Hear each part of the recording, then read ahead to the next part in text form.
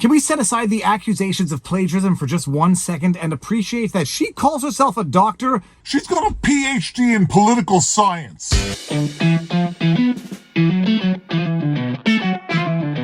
Viva Frei, former Montreal litigator turned Florida rumbler. This is Winnie the Westie. He's going to take a nap. He doesn't know that he's going to take a nap, but he's going to take a nap. I've got to get back to this story. A couple of weeks ago, I did a car vlog on, what's her name? Liz McGill, the former president of University of Pennsylvania, who was forced to resign after her utterly disastrous answers to a question that was relatively straightforward. Is calling for the genocide of Jews violative of the rules against bullying and harassment of UPenn? And Liz McGill's answer was so atrociously bad. Ms. McGill, at Penn, does calling for the genocide of Jews violate Penn's rules or code of conduct? Yes or no? If the speech turns into conduct, it can be harassment, yes. I am asking specifically calling for the genocide of Jews. Does that constitute bullying or harassment? If it is directed and severe or pervasive, it is harassment. So the answer is yes. It is a context-dependent decision, Congresswoman. It's a context-dependent decision. That's your testimony today. Calling for the genocide of Jews is depending upon the context. She was forced to resign, and I dare say it's not a question of cancel culture. It's a question of you can't do your job properly And you're fired culture. And for those of you who may have missed this debacle of an event, Liz McGill was not the only president of a prestigious university that was utterly incapable of answering the most obvious question ever. You had, I forget her name, from MIT, but you also had Dr. Claudine Gay, president of Harvard. At Harvard, does calling for the genocide of Jews violate Harvard's rules of bullying and harassment? Yes or no? It can be, depending on the context. What's the context? Targeted as an individual, targeted at an individual. It's targeted at Jewish students, Jewish individuals. I will ask you one more time. Does calling for the genocide of Jews violate Harvard's rules of bullying and harassment? Yes or no? Anti-Semitic rhetoric. When And is it anti-Semitic rhetoric? Anti-Semitic rhetoric, when it crosses into conduct that amounts to bullying, harassment, intimidation, that is actionable conduct, and we do take action. Dr. Claudine Gay, who calls herself a doctor because she's got a PhD, a doctorate in political science. Call me an idiot, call me a hierarchist when it comes to people who should be entitled to call themselves doctors. I do not believe if you have a PhD in political science that you should be allowed to call yourself a doctor. I believe dentists have more of a right to call themselves doctors than people who have PhD in non-science degrees. And political science is not science. It's the arts at best, or rubbish at more accurate, because political science is utter garbage. And for those of you out there who want to call me an uneducated buffoon because I don't understand that political science is a science, I say this as someone who has an honors degree in philosophy. Philosophy is useful because it teaches you how to think. Political science? Call me whatever you want. It's not a science. With that rant out of the way, Liz McGill was forced to resign after Harvard lost like $100 million in donor promises, whatever the heck you want to call it.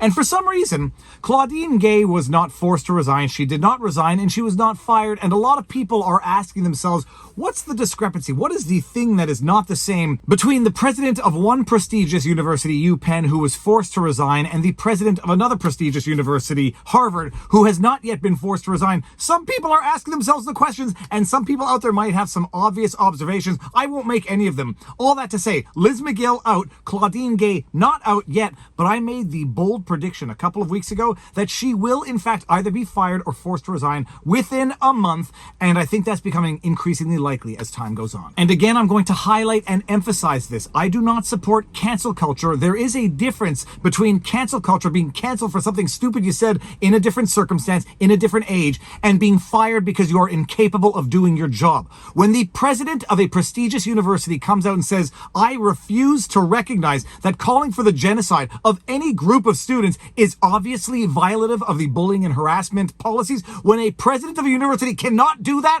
they're not being canceled. They are being fired or forced to resign because they are incapable of doing their job. That is my view. That is my position, and I'm sticking to it. But for whatever the reason, initially Claudine Gay was not being forced to resign. Harvard was coming out to her defense, and I still made the bold prediction They're going to find a way to get her out because they need to, because other than the fact that apparently enrollment is down something like 17% following the disastrous answers to these questions, because students are understandably thinking, I might not be all that safe and protected in the meaningful sense at Harvard. Others are saying, I don't want to have anything to do with this rubbish institution. Those are very legitimate concerns, very legitimate issues to have with a president who's incapable of doing his or her job. I predicted they're going to find a way to come for Claudine Gay, and it seems that the angle that they're going to take at the end of the day, because I think we're getting there, is plagiarism, because who would have thought that a woman who is morally incapable of condemning calls for genocide is also one who would have a propensity for cheating. Originally, the story was really only being reported by right-wing conservative journalists,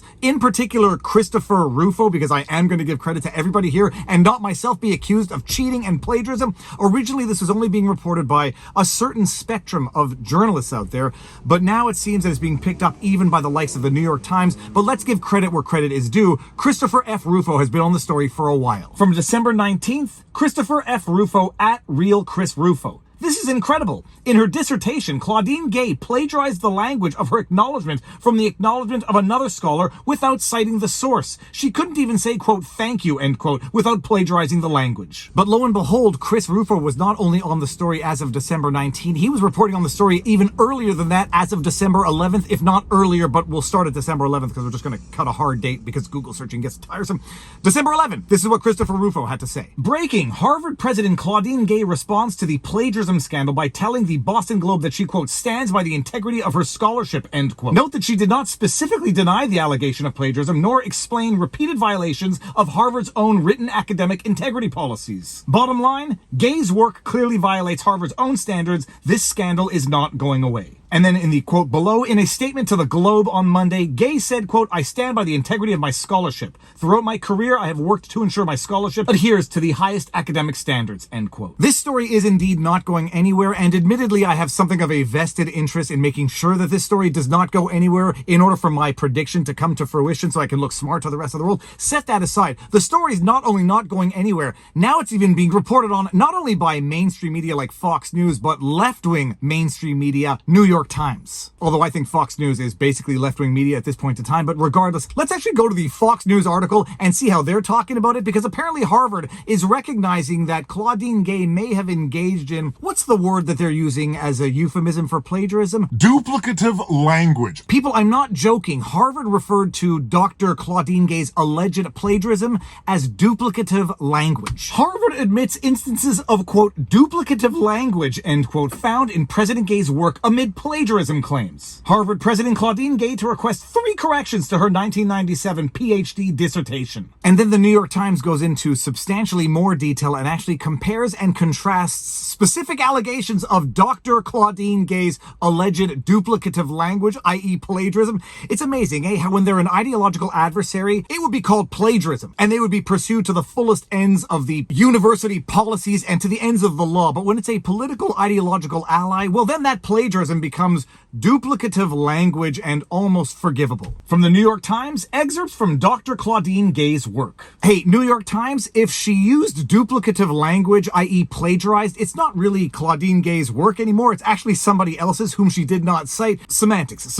Let's just carry on with the article. Here are 5 examples of work by President Claudine Gay of Harvard that have been spotlighted by critics who have accused her of plagiarism. My goodness, even the New York Times is not using Harvard's own euphemism of duplicative language. They've gone with the P word, Plagiarism. And let's just go through the 5 examples of the New York Times, because I've read through them already. I did it during my live stream today, which if you didn't watch, why didn't you watch it? Viva Frei on Rumble, people, or vivabarneslaw.locals.com on Locals. I went over these 5 examples. I might even be inclined to give someone the benefit of the doubt under ordinary circumstances, but there is no question that these would be violative of Harvard's policies, and depending on the ideology or politics of the person, they would be pursued to the fullest extent of policy and the law. And given Claudine Gay's inability, refusal, arrogant pomposity, no more benefit of the doubt. Let's just go through these examples. Jennifer L. Hochschild Dr. Gay is accused of plagiarizing 2 sentences in the acknowledgments of her 1997 Harvard dissertation from the acknowledgments in the 1996 book, quote, Facing Up to the American Dream, Race, Class, and the Soul of the Nation, end quote, by the Harvard political scientist Jennifer L. Hochschild. Dr. Hochschild, quote, Sandy Jenks showed me the importance of getting the data right and of following where they lead without fear or favor, end quote, adding that Mr. Jenks, quote, drove me much harder than I sometimes wanted to be driven. And what did Dr. Gay, the doctor of political science, write? Dr. Gay thanked her thesis advisor, Gary King, who, quote, reminded me of the importance of getting the data right and following where they lead without fear or favor, end quote. She also thanked her family, who, quote, drove me harder than I sometimes wanted to be driven, end quote. And when it comes to David Coven, she, Dr. Claudine Gay, describes the, quote, expulsion of 4 young black athletes from the volleyball team of the Tiet Yacht Club because of their color, end quote. 3 years earlier, Dr. Coven, then a professor at California State University, Sacramento, wrote about, quote, the dismissal of 4 black male children from the volleyball team of the Tiet Yacht Club in May 1978 because of their color, end quote. His paper, quote, Afrocentricity in O Movimento Negro Unificado, end quote, appeared in the Journal of Black Studies. Dr. Gay's paper does not attribute the passage about the athletes to Dr. Coven, who died this year, nor to a source whom Dr. Coven credited for his paper. Dr. Coven's name does not appear in the suggested further reading at the end of the paper. Dr. Gay is also accused of copying language with slight modifications in her paper, quote, Between Black and White, end quote, from a 1992 paper, quote, Black Political Protest in Sao Paulo, 1888 to 1988, end quote, by the history professor George Reed Andrews in the Journal of Latin American Studies. The Andrews paper says that the, quote, rhetoric and aspirations, end quote, of a younger generation of Afro-Brazilians with, quote, 1 or more years of university study, end quote, seemed removed from those of poor slum dwellers. Dr. Gay's paper uses the phrase, quote, aspirations and rhetoric, end quote, reversing the order of those words and refers to 1 or more years of, quote, university education, end quote, rather than, quote, university study, end quote. Her article does not credit Dr. Andrews, a professor at the University of Pittsburgh, but lists a book by him as suggested further reading. Stephen Ansolab here and James M. Snyder Jr., I'm sorry if I'm mispronouncing his last name. Dr. Gay's 2017 paper, quote, A Room for One's Own, the Partisan Allocation of Affordable Housing, end quote, in Urban Affairs Review, also contains similarities from a passage in Stephen Ansobel here and James M. Snyder Jr.'s paper, quote, Party Control of State Government and the Distribution of Public Expenditures, end quote. Dr. Ansolad here and Dr. Snyder write, quote, Theoretical arguments predict an interaction between partisanship of voters and party control of state government. Democratic counties are expected to receive more transfers when the state is under Democratic control. Dr. Gay writes, quote, Theory predicts an interaction between county partisanship and party control, such that the more Democratic a county, the more LIHTC allocations it should receive when the state is under Democratic control, end quote. Thomas E. Skidmore. Dr. Skidmore, quote, The Brazilian adage that, quote, we are becoming one people, end quote, rests on an implicit assumption that his final amalgam will be, at worst, a light mulatto phenotype and at best a Moorish Mediterranean physical type. The ideal of whitening differs so categorically from white European and North American phobias about race mixture, end quote. Dr. Gay, quote, the Brazilian concept of, quote, whitening, end quote, symbolized in the popular saying, quote, we are becoming one people, end quote, represents an ideology entirely different from white European and North American phobias about race mixture prevalent at the turn of this century, end quote. She does not attribute the passage to Dr. Skidmore, who died in 2016, but she does list him twice among suggestions for further reading. A review of their papers shows. Now you tell me what you think in the comment section. Do you think those are egregious examples of plagiarism? Do you think they are definitive, determinative examples of plagiarism? I could argue both sides on this, and I could give Dr. Claudine Gay the benefit of the doubt, but some might say that's just because I'm a polite Canadian. I could argue both sides, but I'm curious to know what you all think out there. But more important than all of that is the fact that there are still some who simply refuse to cover the story for reasons which are patently obvious. But Chris Rufo put out a tweet saying how we're going to pull some sort of game, some sort of scheme here to get the left to report on the story, and it seems to be working. But there's one man out there, one diehard propagandist MSM journalist who simply refuses to report on the truth and only reports based on politics. From a December 19 tweet from Chris Rufo, we launched the Claudine plagiarism story from the right. The next step is to smuggle it into the media apparatus of the left, legitimizing the narrative to center-left actors who have the power to topple her. The squeeze. And from an earlier tweet, also from Chris Rufo, conservatives need to create a strong association between Hamas, BLM, DSA, and academic, quote, decolonization, end quote, in the public mind. Connect the dots, then attack, delegitimize, and discredit. Make the center-left disavow them. Make them political untouchables. Well, there is one journalist out there who's not going to fall for the trap of reporting on the truth, even if it crushes political ideological narratives, and that hero is Ben Collins.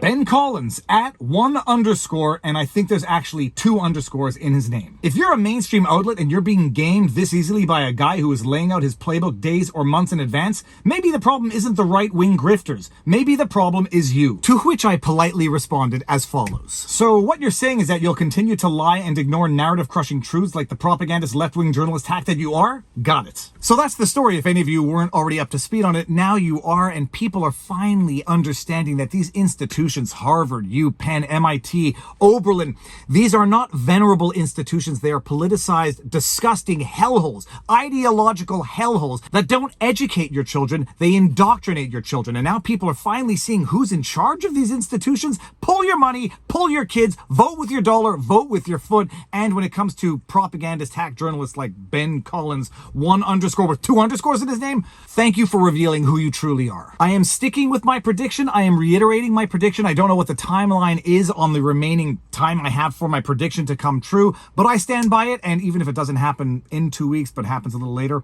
I'll still take credit for an accurate prediction. But more important than that, if you like what I do, you know what to do. You know the routine here. Like, share, subscribe, drop a comment in the comment section below, snip, clip, share away, let the world know that such content exists. If you want to just, give a follow, Rumble, Viva Frei. Twitter, the Viva Frei, a little bit of an angrier Viva Frei, vivabarneslaw.locals.com, where we have an amazing above average community, over 100,000 members of our community. It's a wonderful place for open discussion and honest discussion and accurate information. But more important than any of that, we are heading into the holiday season, so get out there, talk to people, exercise, be healthy, be merry, Merry Christmas, and if I don't see you before New Year's for whatever reason, Happy New Year, but most importantly, now you know you vlog. Peace out, peeps. Booyah!